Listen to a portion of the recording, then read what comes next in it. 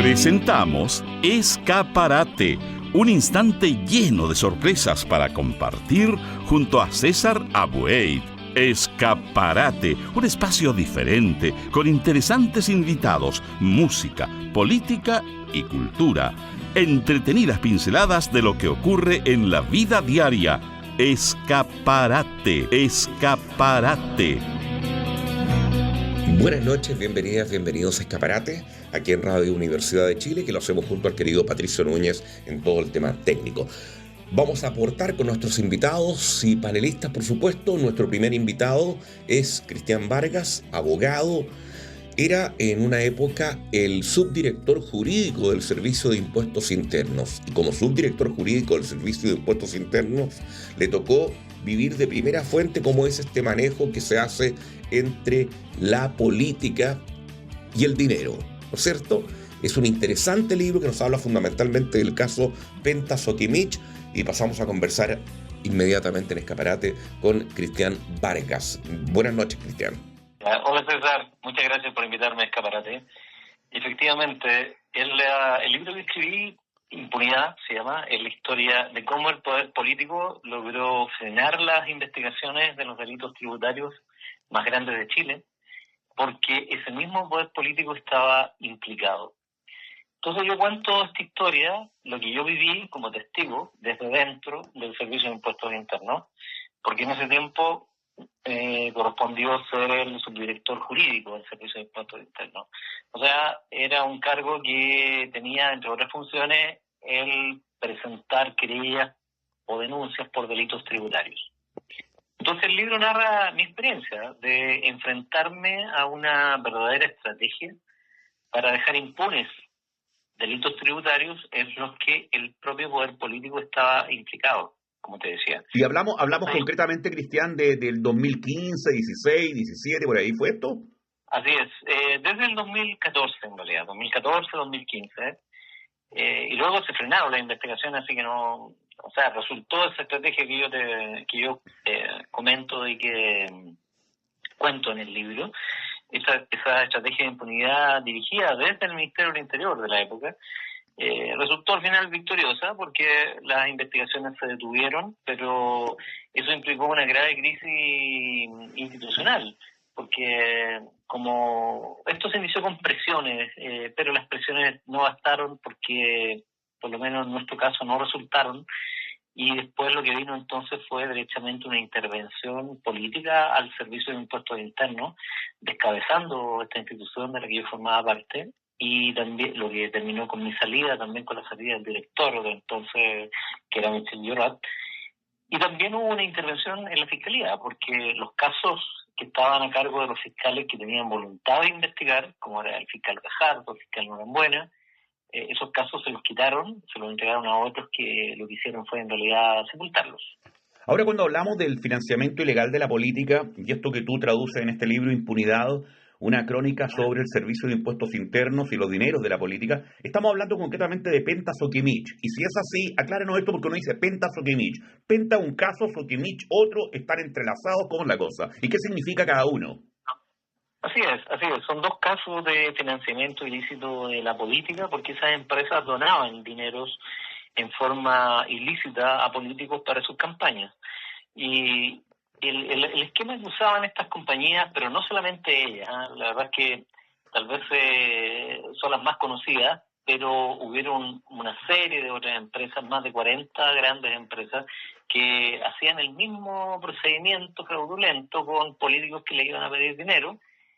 Solamente que en esos casos no se logró, precisamente como las investigaciones fueron detenidas, entonces no se logró conocer los nombres de esas compañías en forma pública, pero no fueron solamente Penta y Soquimich. Pero mira, el asunto es que se repetía, el esquema era el mismo que usaban. Políticos inescrupulosos, a mi juicio, iban a pedir dinero, a pasar el sombrero, literalmente, a grandes compañías, a pedirles dinero para financiar sus campañas políticas. Esto desde campañas presidenciales hasta campañas de diputados, senadores. Ya, en Penta, ¿quiénes estaban? Estaba el señor Lavín y estaba el señor, me acuerdo... Delano. Pero, ¿y Penta qué era? ¿Una empresa de qué? No, Penta es una empresa, bueno, es una empresa enorme que tiene es un grupo empresarial en realidad, que tiene muchas actividades de distinto tipo, incluidos bancos. Entonces, bueno, es una empresa que tiene un gran patrimonio y era en ese tiempo una compañía que financiaba principalmente a sectores de derecha, a políticos de derecha. Perfecto. Y me imagino que algunos DC, algunos PPD también, ¿o no? Claro, casi totalmente de la UDI y algunos otros sectores de derecha, aunque aparecieron ahí boletas también destinadas a ocultar estas donaciones mediante disfrazarlas de asesoría de otros personeros que no eran de derecha, sino que eran más bien del denominado socialismo democrático, etcétera. Pero el asunto se complicó mucho más en términos políticos cuando derivó en la lista del caso SQM, Sokimich, porque esa compañía sí que donó en forma transversal a un amplio abanico de políticos chilenos de distintos signos, ¿no? Desde políticos de derecha hasta gente vinculada a la izquierda. Pero no creo que esté el Partido Comunista metido ahí, o está metido, no creo. Sokimich financió a gente... Nunca vimos que hubiera habido ahí ese tipo de procedimientos usados en favor del Partido Comunista o de algunos de sus militantes. Eso no salió, pero aparecieron otros nombres vinculados a la izquierda institucional chilena. Perfecto. Sí, efectivamente. Ya. Sí. Y en el caso de Sokimich, los nombres fundamentales, ¿cuáles son? ¿Julio Ponce Lerú? Bueno, Julio Ponce Lerú era obviamente el dueño en realidad de Sokimich, pero quien gestionó esto, por lo menos los antecedentes, aparecía como gestionador de estos dineros a políticos de diversos signos, era el gerente general, don Patricio Montese. Perfecto. ¿Y tú qué... Perdón, querido abogado, dialogando en Escaparate de Radio Universidad de Chile, Cristian Vargas, reitero, en aquel entonces cuando explotó el caso del financiamiento ilegal de la política con el caso Penta Sokimich, él era el subdirector jurídico del Servicio de Impuestos Internos. Esta historia comienza cuando te llama una persona importante del poder político, te cita La Moneda y te dice en buenos tonos, oye, investiga, pero no investigues tanto en el fondo. Es por ahí va la cosa, ¿no? Claro, efectivamente, fue algo así. A pesar que el asunto empieza mucho antes, en realidad, esto empieza con Penta. Penta fue el caso Penta, que se denomina de financiamiento ilícito de la política. Es un caso que en realidad se abrió en forma verdaderamente accidental, diría yo, o sea, azarosa, porque fue un martillero público quien hizo una autoconfesión, confesó el haber participado en un delito que en ese tiempo se denominó de fraude al FUT, en el que aparecían incluso algunos funcionarios de impuestos internos implicados. Y ese caso de fraude al FUT derivó en el denominado caso Penta, porque este señor Valdivia dijo que él tenía relación también con Hugo Bravo, que era gerente general de compañías del grupo Penta. Entonces, ahí empezó a abrirse esta lista, este caso Penta, porque empezaron a aparecer boletas emitidas por diferentes personeros políticos en una situación muy sospechosa y que, de acuerdo con las investigaciones que se hicieron en aquella época, se logró determinar que en realidad esas boletas se emitían para disfrazar, para simular supuestas asesorías a esta compañía Penta, pero en realidad no eran tales, sino que eran donaciones simplemente. Ya, pero ahora Cristian, en esa época, ir a pedir plata, llevar el sombrero a empresas, a gente vinculada, por ejemplo, a Penta Sokimich, ¿era éticamente repudiable o además de éticamente, legalmente repudiable? Bueno, éticamente sí, repudiable, porque en definitiva había hace muchos años que hay un sistema de financiamiento legal de las campañas en que las personas pueden donar dinero, pero esto se hacía, por eso tenía un monto, tiene ciertos requisitos, ciertos montos que pueden hacerse para que tengan incluso algún beneficio de carácter tributario. Pero esto, ¿por qué se hacía así? Precisamente porque eran montos mucho mayores a los que se declaraban oficialmente y se disfrazaban de asesorías para poder rebajarlas de impuestos. Porque las empresas como Penta, SQM y muchas otras, lo que hacían eran pedir facturas o boletas que eran boletas falsas o facturas falsas para después rebajar esas boletas como gastos. Es como que alguien me llamara a mí, es como que alguien que me dedicó a la radio me llamara a mí a conducir un evento que nunca voy a conducir, pero yo le hiciera una boleta y me llevara una parte ahí. Oye, ahí está la boleta. Eso hacía, ya. Ah, Pero en ese tiempo, querido Cristian, te insisto, 2015, 2014, ¿existía el financiamiento legal de la política como es hoy?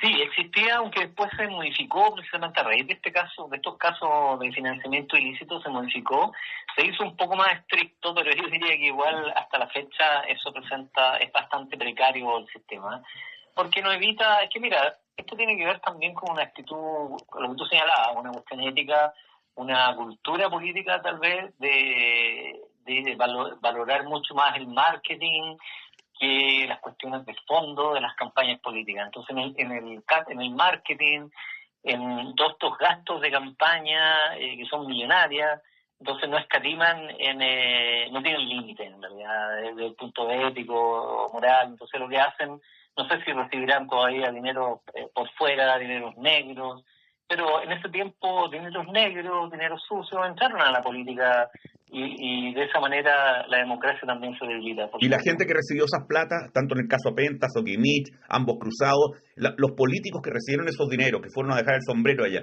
¿qué pasó con ellos? ¿Qué pasa en la actualidad? ¿Pagaron algo por eso? Además de los dueños de Soquimich y Penta, ellos, los políticos. No, no, la verdad que no. La verdad que no. Precisamente, mira, lo que pasa es que yo creo que el gran escándalo de esto del financiamiento ilegal de la política es que es la pregunta que deja el libro que yo escribí, Impunidad. No es solo quién financió ilegalmente la política, sino quién decidió que el país no debía saber la verdad sobre eso. Porque las investigaciones se detuvieron. Aquí hubo una reacción transversal desde el punto de vista político, de la clase política en su conjunto, para frenar las investigaciones.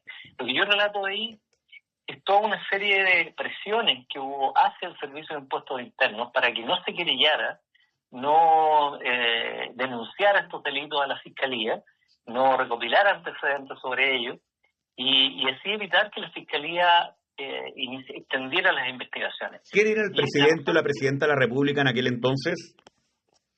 presidenta de la República era Michelle Bachelet. ¿Y estaba enterada de todo esto? ¿Estaba enterada de todo esto? No, eso no me consta, no tengo cómo Pero, saberlo. pero es como... Pero esto ocurrió en el gobierno de Bachelet, es cierto, pero también es cierto que la respuesta fue transversal de todos los sectores políticos, de la clase política en su conjunto, diría yo. Ya. Por otra parte, mira, esto también ocurrió antes. En el libro cuento lo que un funcionario antiguo del servicio, un subdirector del Servicio de Impuestos Internos, que estuvo también en el tiempo de la dictadura militar, me contó de lo que ocurrió con un director de la época, con Felipe Lamarca, que también fue despedido del Servicio de Impuestos Internos por querer hacer su trabajo, fiscalizar, solo que trató de hacerlo a una de las hijas de Pinochet, que tenía un negocio de corredora de seguros, y no tributaba lo que debía. Claro, obviamente la investigación no llegó a ninguna parte y lo que terminó fue en la desvinculación, en que ese director que quiso realmente cumplir su labor fue despedido, incluso en el régimen militar. Desde, querido Cristian, desde que a ti te llaman a la moneda y te habla un personero de alto rango y te dice lo que decíamos en un rato a propósito de tu libro Impunidad, una crónica sobre el Servicio de Impuestos Internos y los dineros de la política, y te dice investigue, pero no nos metamos tanto en la pata de los caballos. ¿Cuánto tiempo te mantuviste en tu cargo de subdirector jurídico del Servicio de Impuestos Internos hasta que te dijeran chao? Bueno, como te digo, como yo me opuse a esta verdadera estrategia de impunidad que se quería implementar, se quería instrumentalizar en realidad al Servicio de Impuestos Internos para detener las investigaciones. Eso me pareció inaceptable, por lo tanto estuve poco tiempo más nomás después en el cargo. Esto, bueno, generó, como se puede recordar, una verdadera crisis política también.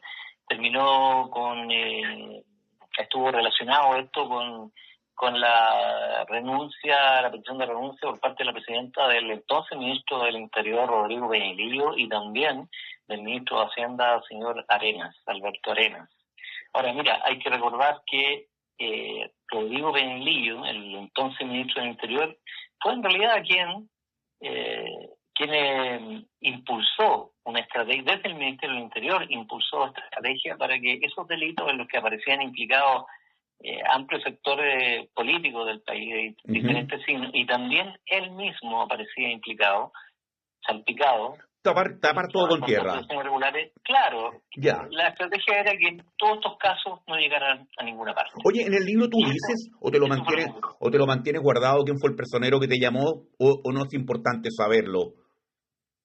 Mira, yo creo que no es tan importante saberlo, porque en realidad el tema no es de una persona, no es de un personaje, no es tanto eso, me parece a mí lo relevante, sino que lo que el libro, a pesar de que fue otra la razón por la cual no puse el nombre, digamos. Claro, pero el personero, perdóname, Cristian, ¿el personero te llama por su cuenta? ¿Es lo que sentiste tú? ¿O te llama previa conversación con otros altos cargos, por decirlo así?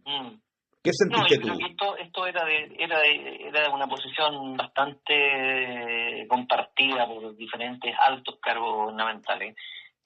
Porque mira, lo que pasa es que yo hice ahí una reconstrucción narrativa, todo lo que dice es verdad, por supuesto, no hay ahí nada distinto de lo que realmente ocurrió, pero no fue una sola reunión, fueron varias. En el libro yo lo resumo en una sola reunión, pero fueron más de una, y también fueron distintos personeros, altos personeros políticos, no solamente uno. Entonces por eso quise reunirlos, pero todos tenían una misma posición, una misma visión del tema, del problema y de cómo debía abordarse desde el punto de vista político. Perfecto. Por eso que los reuní todos en un solo personaje y los denominé en el libro el alto funcionario. Esa fue la razón. Pero como te digo, mira, el tema es que no se trata de un personaje u otro personaje. Se trata de todo un entramado. Sí. Entiendo dónde vas. Fue un entramado y fue una respuesta amplia, como te decía, de todos los sectores políticos. Esa es la verdad. Hay que recordar que también en ese tiempo el gobierno de la presidenta chilena, el gobierno de la nueva mayoría, en la que también estaba el Partido Comunista, ¿no? Hay que recordarlo. Y por eso, si bien no aparecieron ahí involucrados personeros del Partido Comunista en este tipo de fraude, mira, lo cierto es que tampoco hubo una voz fuerte de ellos en relación con este tipo de situaciones irregulares. Oye, querido Cristian Vargas, abogado, pero ahora te voy a hacer una pregunta que a lo mejor me salgo un poco de este libro, pero tomémoslo como un pequeño paréntesis. Uno sabe perfectamente, todos hemos estado en situaciones cercanas a esa, donde hay abogados y contadores que para gente que maneja grandes capitales, y ni siquiera grandes capitales, dicen, mira, acá va a poder recuperar plata poniéndolo a nombre de esto, hagamos una razón social a nombre de este otro, Eso sigue operando, me imagino yo, en la política y en todo tipo de negocios donde haya un billete medianamente respetable, ¿o no? Claro, puede ser, sí, yo creo que sí, yo creo que hay niveles de esto y grados, digamos. Aquí yo creo que el asunto era grave por el fraude tributario, porque en realidad disfrazar o simular asesorías para descontar gastos cuando en realidad eran donaciones que se hacían a políticos, eso es un fraude tributario, pero además por las personas que estaban implicadas resulta ser mucho más grave aún. Porque se trata de personas que son supuestamente representantes de la ciudadanía. Estamos hablando de gente que iba a pedir dinero para financiar campañas políticas, y muchos de ellos, la gran mayoría, resultaban electos y financiaron sus campañas con este tipo de procedimientos. Imagínate, o sea, uno podría decir campañas viciadas, si alguien quisiera ponerse decente, digamos. Son campañas, pero oye, y las personas que pagaron el pato por esto, por decirlo de alguna forma, los nombres que quedan son el señor Délano, el señor Lavín, el señor Peñailillo, el señor Alberto Arenas. Ahí hay 4. ¿Quién más fue? Ponce Lerú. Pero mira, pero a ver, lo importante, mira, es que en el caso del señor Délano y Lavín son conocidos sus condenas clases de ética. Eso fue la condena que tuvieron, básicamente. Y tuvieron, claro, como medida cautelar, estuvieron en prisión, no recuerdo cuánto, 1 mes y medio o 2 meses, pero finalmente la condena que tuvieron fue de clase de ética. En el caso del señor Peñailillo, perdió el cargo, o sea, tuvo en el sentido, si tú quieres, un castigo de tipo y político. Además desapareció por lo menos del ambiente. Y desapareció, pero él estaba implicado en estos mismos hechos y las investigaciones se detuvieron finalmente. En ese sentido, esa estrategia de impunidad, esa autoamnistía que construyó la clase política en Chile para autoprotegerse. ¿En qué trabajará Peñailillo? ¿Tú sabes? Finalmente resultó, porque Peñailillo, no obstante estar implicado, no fue investigado. Oye, ¿en qué está Peñalillo, tú sabes? ¿Es abogado él? No, Daniel Peñalillo no es, perdón, no Cristian, recuerdo el no, nombre Cristian entero de Peñalillo, él. el amigo Bombalé. No, Peñalillo, Claro, no, el ministro del Interior no era abogado de profesión, ya. Pero era un ingeniero, creo que faltar, ingeniero comercial. no le debe faltar trabajo. Ahora, ¿cómo construyes este libro? Este libro que se llama, de la editorial Random House, Impunidad, una crónica sobre el servicio de impuestos internos y los dineros de la política, y estamos dialogando con un protagonista de esto que en ese momento era subdirector jurídico del servicio de impuestos internos y fue llamado a la moneda, como estamos dialogando con Cristian, para que le dijeran, bájale el perfil. En el fondo entiendo eso yo, bájale un poquito el perfil a esta cosa, no te digo que no investigues, pero por ahí. Está hecho un capítulo, lo divide en capítulos el libro, donde te enfocas fundamentalmente. Sí, por supuesto, el libro está construido en clave no periodística, porque yo no soy periodista. Esto no es una investigación periodística, es un relato de lo que yo viví, es un testimonio en realidad, es un libro de memoria, es un libro de una narración en primera persona, porque es lo que yo viví y de lo que yo puedo dar cuenta, en definitiva. Uh-huh. Y lo escribí en una clave, si tú quieres, literaria, por decirlo así. Para las personas que lo lean, digamos, está escrito como si fuera una novela, pero en realidad todo lo que hay ahí es cierto. ¿Con cuántos capítulos tiene la novela? Tiene más de 20 capítulos. Mira. Y cada capítulo trata de uno de los aspectos centrales de esta trama que hubo desde que se inició el caso Penta, desde que se iniciaron también las presiones políticas hacia el Servicio de Impuestos Internos para evitar que se siguieran las investigaciones. ¿Y habla de tu drama? ¿Habla o no sé si la palabra es drama, querido Cristian Vergara, de lo que tuviste que vivir a nivel humano, psicológico, emocional, cuando sales de esa reunión en La Moneda y después todo lo que tiene que haber venido para ti, pensar en tu familia, el trabajo, la incertidumbre? También. ¿Está eso en el libro? También está algo de eso, porque mira, todo testimonio tiene una experiencia detrás, pero a mi juicio el valor del libro no está solo en la experiencia personal, sino en lo que esa experiencia permite ver, cómo opera el poder cuando una investigación empieza a incomodarlo. Entonces, esto no es un libro de una historia personal, sino que ni menos de resentimiento, sino que es un libro de memoria personal, pero que tiene que ver mucho con la democracia en el país, también sobre cómo funciona realmente el poder cuando se siente incomodado o amenazado. ¿Y la lección la aprendimos, Cristian? ¿Qué percibes tú? Han pasado más de 10 años de esto. ¿Qué percibes tú? Como sociedad, ¿qué nos dejó esto? El caso Penta Soquimich. Sí, mira, yo creo que precisamente esa es la razón por la cual, o una de las razones principales de por qué yo escribí este libro. Porque en definitiva, creo yo que todavía no hemos dimensionado el daño institucional que produjo el financiamiento ilegal de la política en Chile. Se habló mucho de boletas falsas, de empresas, de políticos, pero se habló menos de lo más grave, de cómo la ley empezó a aplicarse con cálculo político, con tratar de instrumentalizar instituciones para que no se investigue a personas, altas autoridades políticas, políticos, diputados, senadores, etcétera, que aparecían implicados. Entonces, el libro de Impunidad busca mostrar ese momento en que la democracia chilena prefirió administrar el daño, entre comillas, antes que enfrentar la verdad. Perfecto. ¿Y tú simplemente eso podríamos definirlo como la miseria humana? ¿O tú crees que eso de parte de ese sector se sopesaron otras cosas? ¿O solamente es miseria humana esto? No, bueno, mira, no me gustaría catalogarlo como miseria humana. Yo creo que tiene algo que ver, algo que ver eso también, algo inherente tal vez a los seres humanos. No, yo creo, mira, lo que primó ahí fue una idea, la idea de autoprotegerse, de luego de decir, pensar, chuta, yo he cometido un delito en esto, pero no quiero pagar, no quiero ser responsable de esa situación.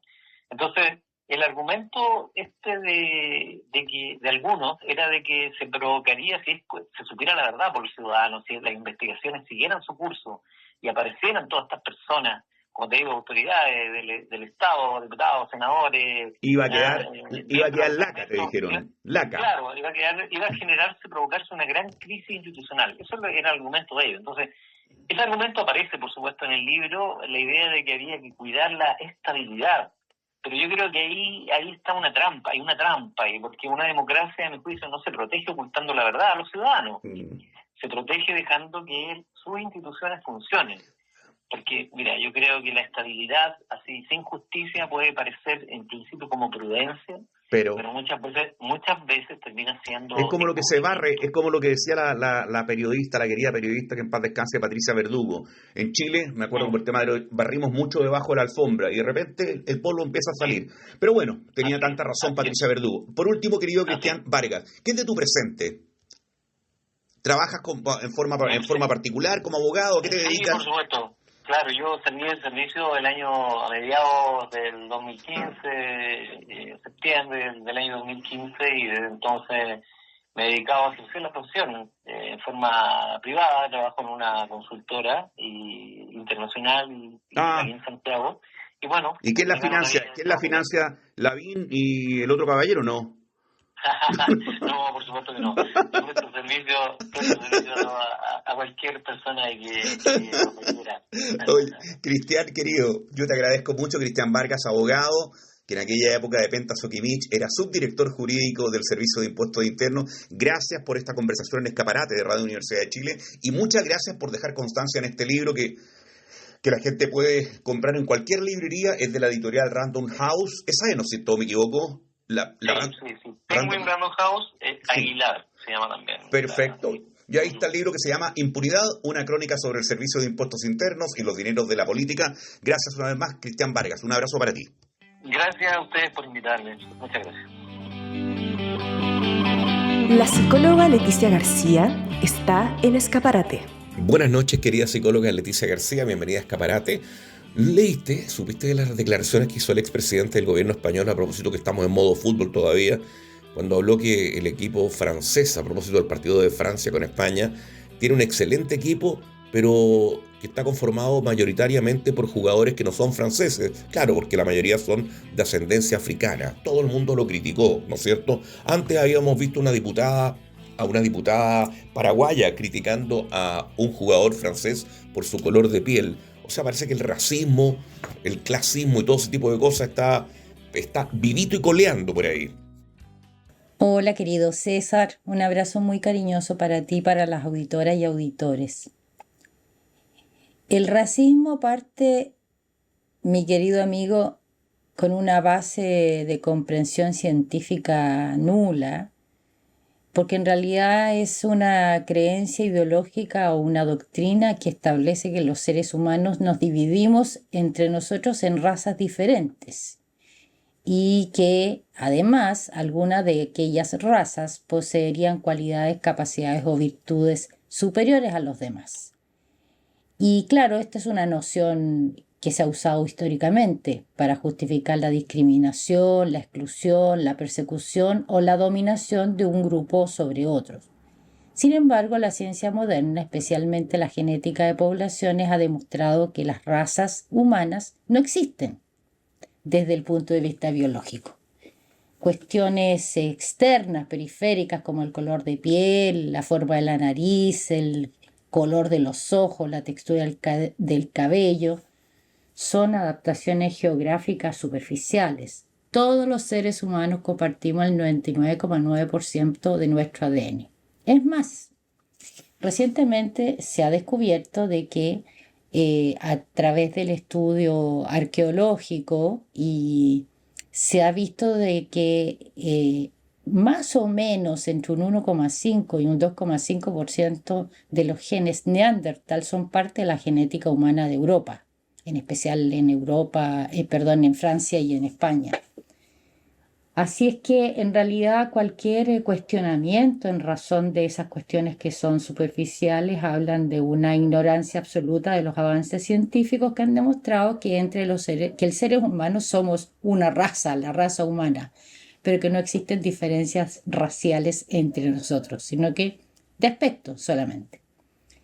Así es que bueno, eso que que más bien es la justificación que siempre se ha tenido, de alguna manera nos muestra el emplazamiento que las colonias europeas, vamos a hablar de esa en particular, han tenido con todas aquellas personas que tienen diferencias en sus características físicas externas en los países que colonizaron, especialmente África y América. Y en nuestra América, la experiencia que hemos tenido es que en muchos lugares donde existieron civilizaciones muchísimo más avanzadas que varias europeas, desde el punto de vista de la ciencia, de cuestiones sanitarias, incluso de comprensión del universo y del funcionamiento de las estrellas, fueron avasalladas por el solo hecho de tener un aspecto distinto, una lengua distinta, un sistema de creencias distinto y por habitar en otro espacio físico que se quería conquistar.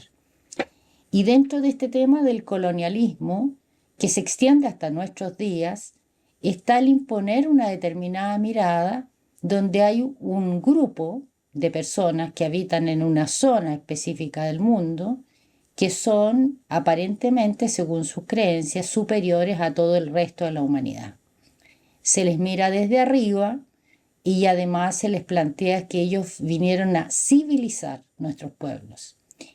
En realidad, la base de su poderío económico actual se ha debido al tema colonial, que no es otra cosa que el saqueo de nuestros espacios, de nuestras poblaciones, de nuestros territorios, de nuestros recursos naturales y también de las personas. Bajo esta concepción de racismo fue que se esclavizó a millones de personas provenientes de África, que por lo demás, y no nos olvidemos, fue el lugar donde surgió la vida humana y desde allí se desplazó para poblar todo el planeta. Entonces, aquí hay tres elementos. Uno, la negación de la condición humana básica que todos tenemos, que nos hace idénticos y por lo tanto debiéramos tener el mismo derecho, las mismas oportunidades y además el mismo respeto por el solo hecho de ser humanos. Segundo, todos aquellos que están instalados en países que establecieron colonias en otros continentes, como el americano o el de África, en realidad lo que hicieron fue enriquecerse a través de la esclavitud, del extractivismo, del saqueo, hasta dejar esas poblaciones sin nada. Y en tercer lugar, hay una superioridad que ellos establecen desde el punto de vista cultural, negando que en el resto de la humanidad hubiese habido avances en la ciencia, en la técnica, en lo sanitario, en la educación, en la arquitectura, etc., ¿no? Bueno, esa visión que pone a unos seres humanos por sobre otros es antihumanismo, es la negación de lo humano en los otros.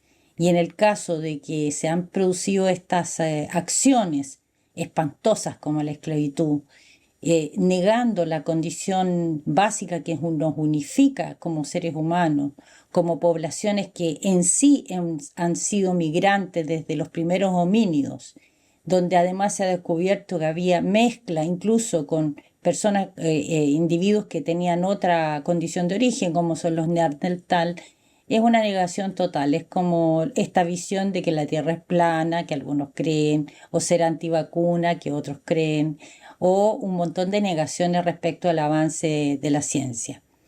Suele suceder en estos momentos históricos de caída de civilización, donde en realidad se pone todo en duda, salvo algunos elementos que aquellos que tienen poder, como es el caso de Rajoy, que no hay que olvidarse que fue cesado además en su cargo por situaciones no aclaradas y corruptas, se manifiesten con esa superioridad de la que entiende es la raza superior, sin entender que en realidad no existen diferencias raciales entre los seres humanos. Somos todos parte de la futura nación humana universal, donde estos elementos que son externos, que son secundarios, en vez de negarlos y de provocar violencia a través de eso, es parte de la riqueza riquísima que tiene la humanidad con todas sus expresiones, sus manifestaciones. Y por supuesto, y ninguno de nosotras lo puede negar, las cualidades de carácter físico y las habilidades que tienen las personas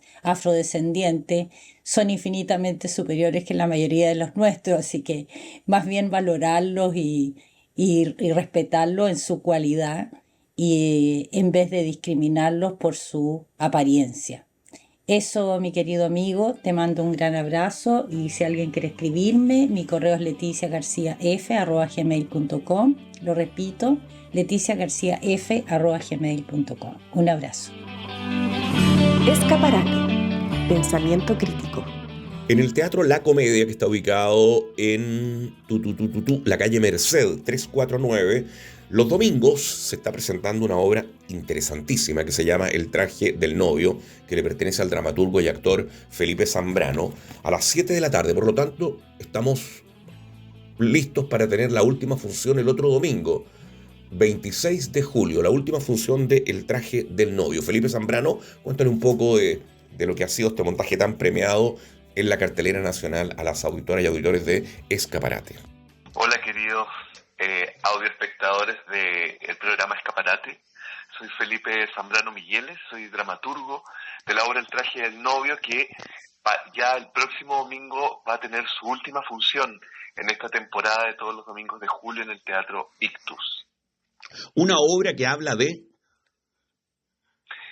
Una obra que trata sobre el tráfico de niños y niñas que hubo en dictadura, principalmente. Esta es una obra que nace luego de ser postulada a la Muestra de Dramaturgia Nacional del año 2022, en la categoría emergente. Ahí, parte del premio era poder montar la obra, que en este caso fue bajo la dirección de Héctor Morales, y protagonizada por Diana Sanz y Guilherme Sepúlveda. Y así se ha podido perpetuar hasta el día de hoy durante 4 o 5 años, si no me equivoco, y eso me tiene muy, muy, muy contento. Recibiendo premios, entre ellos el de Diana Sanz, la querida actriz nacional Diana Sanz. Claro, sin ir más lejos, en el año 2022, que fue el año de estreno de la obra, Diana Sanz gana el premio a Mejor Actuación por el Círculo de Críticos de Arte de Chile. Y fue maravilloso porque, fue otra excusa más para poder perpetuar la obra en el tiempo y seguir llegando a todos los espectadores. Felipe, ¿cuál es la forma que tienes tú en tu dramaturgia, en este caso, de adoptar el tema de las adopciones ilegales en Chile en tiempos de la dictadura civil y militar? Bueno, yo escribo esta obra después de ver unos reportajes por televisión. Habitualmente el robo de un hijo lo asocia a un melodrama, y cuando me encuentro con este problema horroroso, digamos, jamás se me pasó por la mente que podía ser real. Sobre todo por el número de robos que hubo, que están oficialmente son entre 20 a 25 mil, extraoficialmente más de 30 mil. Entonces, desde ese lugar, me parece necesario poder disponer mi oficio y las artes escénicas para poder contar una historia que trate de esto. Es así como construyo la historia de Olivia, una sastre penquista, que recibe la visita de un violinista italiano para que ella le confeccione su traje de novio. Lo que ella no sabe es que en el proceso de confección del traje hay un secreto entre los dos que justamente tiene relación con esta temática. Y me parece importante destacar de que, a pesar de que es un fondo, digamos, dramático o que habla de los episodios más oscuros de nuestra historia reciente, es una obra que tiene mucha comedia. Entonces el público lo pasa muy bien, y creo que en ese sentido hay un abanico emocional en los espectadores que es muy amplio, entre la alegría, la tristeza, por supuesto, la conmoción. Ahora, que la mujer, en este caso la actriz Diana Sanz, sea una sastre, una mujer dedicada a la confección, ¿no es cierto? Y que esté su local en la 8ª región, ¿es un guiño a que tú eres de la 8ª región, o tiene algo más profundo respecto a por qué en la 8ª región situarlo? No, la verdad es que ese es el primero. Yo soy penquista, nacido y criado, y lo llevo en mi sangre hasta mi muerte. Y porque también el número de niños robados fue muy alto en Concepción. Mira. Cuando yo veo este reportaje, me pasa particularmente que una de las asistentes sociales que estaba a cargo, digamos, de las adopciones ilegales, vivía al frente de la casa donde a mí me daban clases particulares. Entonces, eso resignificó, digamos, una imagen que yo tenía en mi inconsciente, y que es algo que pasa habitualmente. Uno nunca sabe lo que hay a la vuelta de la esquina. Entonces eso me abrió un espacio de reflexión, entre otras cosas, que digo, bueno, qué mejor que situarlo también en región, que además es de donde mejor sé hablar. No puedo hablar desde lugares que no conozco. Fantástico. Y cuando eso ocurre hay que estudiar mucho. Pero en este caso, qué mejor que poder hablar desde mi propia ciudad. Ahora, qué fuerte el tema, porque han habido reencuentros entre las familias originales de quienes fueron adoptados, pero igual el tema, pues imagínate, o sea, ¿cuántos hijos, hijas dirán, bueno, mis papás que conocí toda la vida, ¿realmente sabían cuál era mi origen o cómo llegué yo? ¿Lo sabían, no lo sabían ese reencuentro? Ha habido historias de todo tipo, tengo entendido, Felipe Zambrano.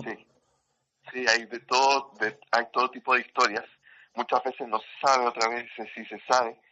Bueno, nosotros hemos podido acercarnos a esas historias porque ya en el proceso de montaje nos acercamos a Hijos y Madres del Silencio, que es una agrupación sin fines de lucro que se encarga de reencontrar a madres, hijos, hijas, que tiene ese fin, digamos.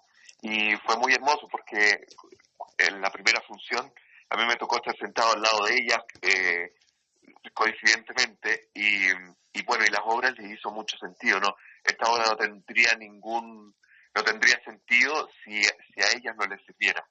Entonces siempre hemos creado un diálogo para que eso pueda ser posible. Y así es como nos hemos ido acercando a las cifras.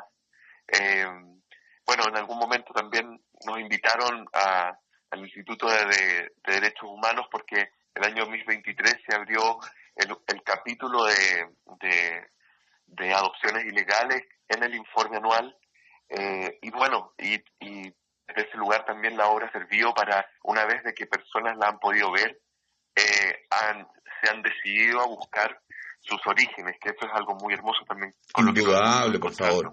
Bueno, lo concreto, querido Felipe, sí, termina la idea. Solo cuando se dice que las artes escénicas no sirven para nada, yo discrepo, pero absolutamente, yo creo que sí. Y esta obra para mí es el ejemplo máximo de eso. El teatro es un espacio maravilloso de visibilización, de oficio y de entretención, por sobre todas las cosas también. Querido Felipe Zambrano, dramaturgo, entonces, la última función es el próximo domingo, última función del Traje de Novio, que le pertenece a Felipe, a las 7 de la tarde en el Teatro La Comedia, que está en la calle Merced 349. Merced 349, ¿dónde se compra las entradas? ¿Alguien puede llegar a boletería y comprarla ahí mismo? ¿Tiene que ser en Ticket Plus, Ticket no sé cuánto, y todo ese tipo de cosas? Pueden comprarlas en la boletería y a través de Ticket Plus. Ah, fantástico. Realmente, como van a ser la última función, yo recomiendo que las compren por Ticket Plus porque posiblemente se agoten. Qué bueno, y qué bueno que sea así por el teatro. Un beso, un abrazo para ti, Felipe, gracias por tu gentileza y por tu aporte a la sociedad a través del teatro y particularmente a través de este montaje, El Traje de Novio. Muchas gracias a ti por el espacio. Hola, ¿cómo están? Un saludo a las amigas y amigos de Escaparate de parte de Fundación Sol. La tasa de desempleo integral llegó a un 13,2% el trimestre marzo-mayo de 2026. Este indicador incorpora otros problemas del mundo del trabajo, además de la tasa de desempleo clásica, como el desempleo oculto y el desempleo equivalente por subempleo. Por otro lado, la tasa de desempleo abierta, o clásica, llegó a un 9,4%. Ambas han aumentado de forma consecutiva en los 3 últimos trimestres, reflejando un deterioro del empleo. La subutilización de la fuerza de trabajo considera además el desempleo potencial, es decir, aquellas personas que no buscan un empleo por razones de desaliento, pero están disponibles para trabajar si se les ofrece un empleo. Considerando todos estos problemas de inserción laboral, se tiene que más de 2,5 millones de personas tienen problemas de desempleo total, parcial o potencial. El deterioro de la calidad del empleo y del mundo del trabajo en Chile va más allá del desempleo, y en este sentido, la subutilización de la fuerza de trabajo es un indicador relevante para las políticas de empleo y monitorear la situación y el impacto de la crisis internacional. El análisis de cifras y estadísticas que realizamos en Fundación Sol es gracias a la red de donantes que mes a mes nos hace un aporte. Si deseas ser parte de esta red, Ingresa al banner de nuestra página web fundacionsol.cl que dice donar. Ahí podrás ingresar un aporte único o un aporte mensual. Joblar comenta cine en Escaparate. ¿Qué tal amigos? ¿Qué tal amigas? Aquí estoy para hablar de cine en estos momentos que justamente la lluvia invita a ver películas. Yo quisiera ser muy breve en esta oportunidad porque quiero decir nada más que dos cosas. La primera, recordar al actor Sam Neill. Él era irlandés, pero había crecido en Nueva Zelanda. Y bueno, muchos lo conocen por la película, o sea, la serie de películas de Jurassic Park. En realidad es un actor muy completo, siempre me han agradado muchas sus películas porque no tiene esa cosa del actor hollywoodense que es empalagoso, que nadie, o sea, convence a muy pocos porque nunca se transforma verdaderamente en el personaje. Así que Sam Neill es una pérdida para el cine, pero ha dejado muchas películas, es decir, tiene por lo menos 155 títulos a su haber. Y el otro tema es que estamos en un instante como para hacer un primer balance de lo que ha sido el año cinematográfico. Y la verdad es que es de una pobreza increíble. En este momento están dándole mucha más cabida a las películas de streaming, que yo no las veo, para empezar porque no tengo sistema para verlo, y porque muchos están dejando de lado incluso el verdadero cine. Y las grandes pantallas están ocupando historias bastante insulsas y, bueno, con muchos efectos especiales, pero que no van más allá. Por lo tanto, yo puedo decir que tengo solamente 3 películas que yo recomendaría como las mejores del año.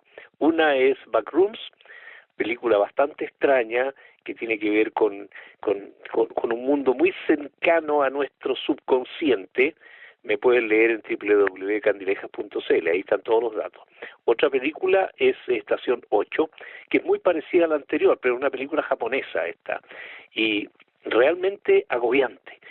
Y por fin, Mil Pedazos, una película chilena que me gustó muchísimo y que se las recomiendo de todas maneras. Así que la próxima vez espero tener más informaciones. Será hasta la próxima. El análisis de Álvaro Ramis en Escaparate. Álvaro Ramis es nuestro analista político en Escaparate. A propósito de que por estos días se han cumplido 250 años de la independencia de Estados Unidos, uno dice que dato no menor. De los 250 años que tiene como país independiente Estados Unidos, más del 90% ha estado en guerra. No deja de ser. Bueno, como tú señalas hoy, César, efectivamente Estados Unidos es un país que ha tenido una historia de expansionismo, de imperialismo, de dominio, en distintas fases de su historia con mayor fuerza, otras con menos fuerza, pero es una constante. Uno podría decir que nace Estados Unidos con una impronta de expansionismo interior que tiene que ver con el desplazamiento de los pueblos indígenas, que fue brutal y que construyó, digamos, su identidad. Después hacia sus vecinos, particularmente hacia México, y el dominio después de la zona mesoamericana, Centroamérica y Caribe, para después asentarse en la doctrina Monroe, que hoy es la doctrina del dominio de Estados Unidos sobre todas las Américas, incluyendo Sudamérica y particularmente nuestro país. Por lo tanto, es una historia de vocación, de hegemonía hemisférica, que se proyecta después a una hegemonía global en el largo del siglo XX y particularmente en el siglo XXI. ¿Dónde radica para ti hoy, Álvaro Ramis, el poder de Estados Unidos, si es que todavía tiene el poder? Bueno, ellos han perdido el poder comercial porque han sido desplazados por parte de China, han perdido el poder industrial, conservan hegemonía en 2 niveles. Uno es ciertos sectores de la tecnología en los cuales todavía tienen mayor dominio, particularmente algunas áreas de la informática, de lo que llamamos hoy día la inteligencia artificial. En algunas de esas áreas todavía tienen una ventaja relativa, pero que está cerrándose esa brecha a favor de China muy rápidamente. El segundo esfera donde tienen hegemonía es la esfera financiera, es decir, los mayores bancos del mundo y el sector, digamos, de la especulación financiera particularmente. Eso en China todavía es algo que está en desarrollo y por lo tanto ahí es más fuerte la hegemonía norteamericana. Y finalmente la militar, es decir, la industria militar norteamericana es por lejos la más grande del mundo y tiene, por lo tanto, un volumen, una historia que todavía la hace imbatible en términos de número. Eso no quiere decir que no sea que sea militarmente débil en algunas áreas, como lo ha mostrado su intervención en Irán, donde la falta de una estrategia adecuada ha hecho que a pesar de esa gran hegemonía tecnológica, militar y de volumen de gasto, no puedan imponerse a un rival mucho más pequeño. La mezcla de todos los elementos que tiene Estados Unidos es la que hace que por lo menos en esta parte del mundo, donde está Chile, en Sudamérica, se le tenga tanto miedo, tanto respeto, tanto no lo vayamos a molestar a Estados Unidos. Exacto, es decir, hay una cierta sensación de hegemonía incontestable y además porque es una potencia que ejerce presión abierta, digamos, no es algo indirecto. La historia del golpe de Estado en Chile y todas las intervenciones norteamericanas a lo largo de los últimos 100 años hablan por sí solas. Entonces, no estamos hablando de un país que, digamos, solamente amenace, sino que ejerce su poder de manera brutal y sistemática. Y lo que está pasando hoy día con esto del Estrecho de Hormuz, que ahora se quieren apoderar del Estrecho de Hormuz, ¿cómo lo ves tú, Álvaro? O sea, ¿qué repercusiones a nivel mundial? Bueno, el efecto inmediato es el incremento de los precios del petróleo y la energía, el gas, la electricidad y todo lo que va asociado al campo energético debido a la inestabilidad de ese proceso. Segundo, bueno, la paradoja es que estando Estados Unidos equipado de armas y de poder de fuego militar, ejército tan sofisticado, con una fuerza naval también tan poderosa, no es capaz de vencer a Irán en ese espacio y por lo tanto sigue pendiente, digamos, de su debilidad en esa zona, porque el conocimiento del territorio y además la táctica que ha implementado Irán a partir de pequeñas embarcaciones con la mezcla con artillería de cohetes, digamos, hace que eso sea, por decirlo así, imposible de superar para Estados Unidos en este momento. Estas locuras que hemos visto en los últimos años con la administración del presidente Trump en Estados Unidos, ¿tú lo ves como simplemente es el sello del señor Donald Trump o es parte del camino de Estados Unidos? Bueno, el camino de Estados Unidos ha pasado por discursos más hegemónicos y otros más multilaterales. Evidentemente que gobiernos como el de Carter, por ejemplo, en los años 70, o el mismo Obama, desarrollaron una retórica mucho más proclive al multilateralismo y a por decirlo así, una sociedad de iguales, digamos, en la teoría. Ya en los años 60 lo mismo intentó Kennedy con la idea de la Alianza para el Progreso, que era una forma, digamos, de poder suave para el dominio en América Latina por medio de cooperación. Entonces Estados Unidos se erigió como el socio más confiable frente a la amenaza de la Revolución Cubana, estableciendo lazos de cooperación económica, social, cultural y no solo militar con la región. Eso cambió con los gobiernos republicanos que simplemente quitaron todas las formas de cooperación suave directamente al dominio, al garrote y al dominio más absurdo y total, digamos, de todo el hemisferio por medio de los golpes de Estado, las invasiones o formas de intervencionismo electoral abiertas como las que desarrollan ahora. ¿A ti te parece que el gran rival de Estados Unidos, que es China, que tiene este tremendo predominio comercial, está tranquilo con eso o también aspirará a tener un dominio político en el mundo? Bueno, China no solo hoy, no solo en el último siglo, sino en los milenios en los cuales ha tenido historia como el imperio del medio, ¿no? Como civilización, ha buscado siempre una expansión, pero dentro de los marcos de su propia civilización. Es decir, ellos han sido una potencia que ha crecido, que se ha desarrollado, que ha buscado un cierto expansionismo, pero dentro de un marco de un idioma compartido y de un dominio dentro de una zona geográfica acotada, ¿no? Y por lo tanto no ha salido nunca China a conquistar el mundo. Lo que ha hecho es salir a comerciar con el mundo. Y sobre esa base establecer relaciones de prosperidad compartida, que es el concepto que hasta aún hoy ellos siguen utilizando sobre la base de relaciones de intercambio que sean justos y equitativos y de mutua conveniencia con el mundo.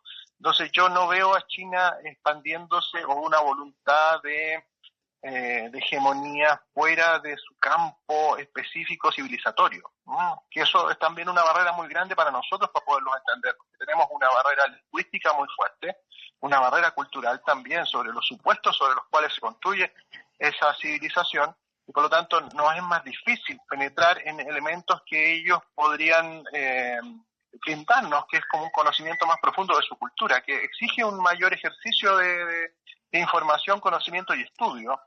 Pensemos, por ejemplo, que la base de la cultura china, el confucianismo y el taoísmo, son elementos que exigen una comprensión adecuada más allá de ciertas simplificaciones que se hacen en Occidente.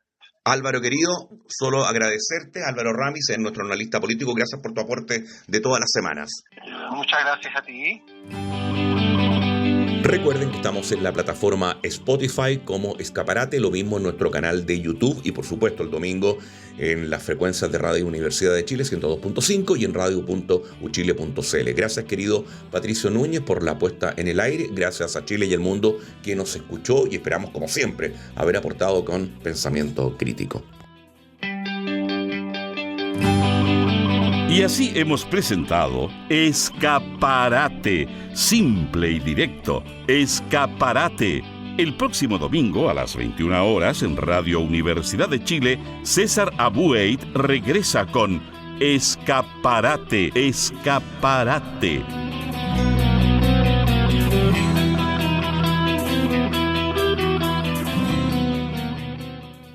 Las opiniones vertidas en este programa son de exclusiva responsabilidad de quienes las emiten y no representan necesariamente las orientaciones editoriales de Radio Universidad de Chile.